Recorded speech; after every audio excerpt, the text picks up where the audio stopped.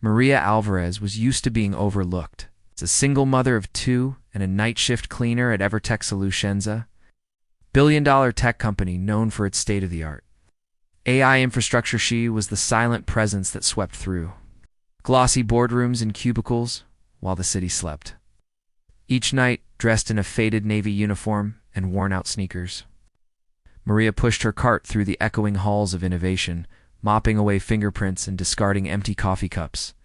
Left behind by exhausted engineers, but behind her tired eyes and quiet demeanor lay a mind that once dreamed of becoming an engineer herself. Life, however, had other plans. After her husband abandoned her and their two kids, she dropped out of college to work multiple jobs and keep food on the table. Yet even while scrubbing floors, she remained curious, listening to engineers' conversations, reading code fragments scribbled on whiteboards, and absorbing every word like a sponge. One night, as she cleaned the 37th floor where only executives had access, she noticed a flurry of tension. The CEO himself, Gordon Yale, was pacing back and forth, his phone glued to his ear. While the company's top engineers hovered near a glowing screen, the problem? A critical AI system, one the company had invested over $500 million in, had crashed during a live government demonstration. And no one could figure out why. Caught every word. It's rejecting new data sets, ... It's behaving like it's stuck in a recursive loop. We can't reboot or corrupt the training archive. Let's call Silicon Valley, call Singapore, call anyone, Gordon barked. They had 12 hours before the government contract was terminated, and stockholders were already panicking. Maria paused. She had seen those lines of code before on a whiteboard 3 days ago. The problem wasn't the AI, it was a human error, a misplaced operator in the algorithm loop. She hesitated. What could a cleaning lady say to a room full of elite developers? But her children's faces flashed in her mind, and something in her stirred. She stepped forward. "Excuse me? I think I know what's wrong."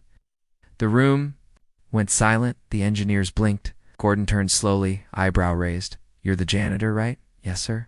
But I used to study this. I saw your loop structure on the board Monday night. There's a missing condition in the termination clause. It's trapping the system." A scoff. Then a pause. An older developer rubbed his chin and walked to the screen. Wait. She might be right. In seconds, the room exploded into activity.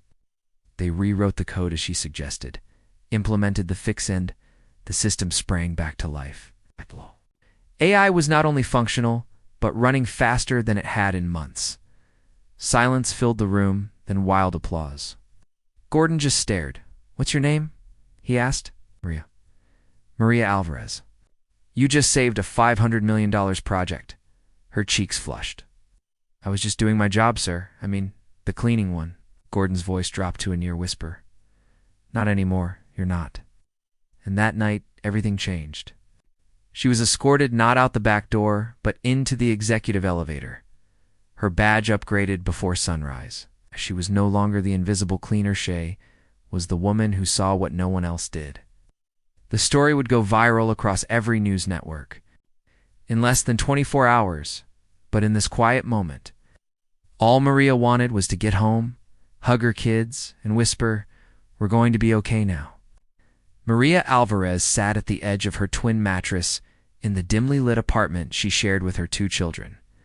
Sofia and Miguel, the weight of everything that had happened, still crashing over her in waves. Just 24 hours ago, she had been sweeping the corners of conference rooms, hoping to finish her shift fast enough to make her son's parent-teacher meeting. Now her name was trending online. News anchors called her a genius in disguise. Influencers reposted her story, with captions like, "Don't underestimate the quiet ones." And she wasn't just cleaning floors, she was studying the future.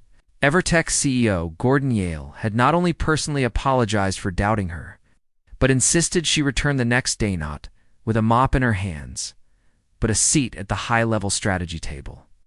At first, she declined, stunned and overwhelmed.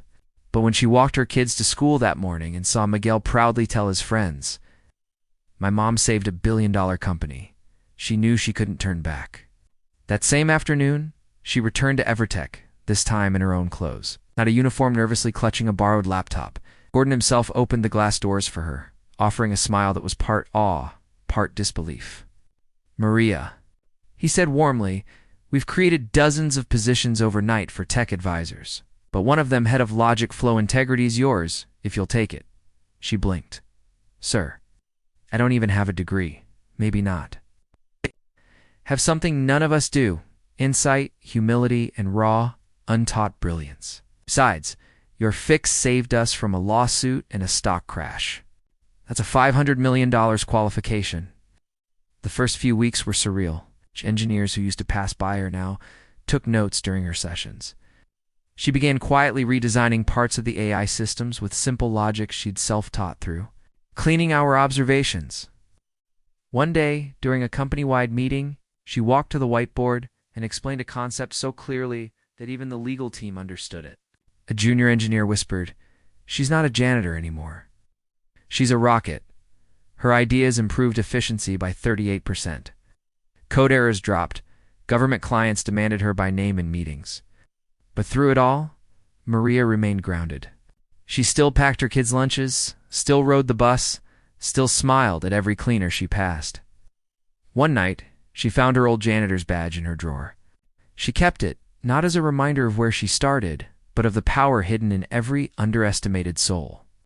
A few months later, at Evertech's annual Innovation Summit, Gordon stood on stage in front of thousands of investors, engineers, and entrepreneurs. "Ladies and gentlemen," he said, voice thick with emotion, "last year, we were on the edge of losing everything. Our code failed, our experts failed, but a single mom-cleaning woman didn't. She stepped up with 0 credentials, 0 resources, and a heart full of courage. I present to Amira Alvarez, the mind behind the $500 million miracle."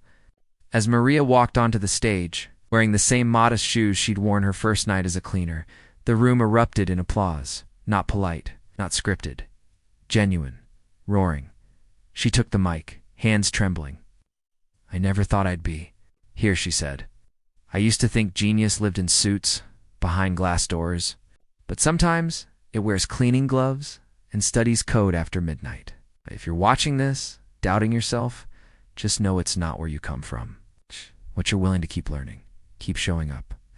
Even if nobody claps for you yet, that speech would go viral.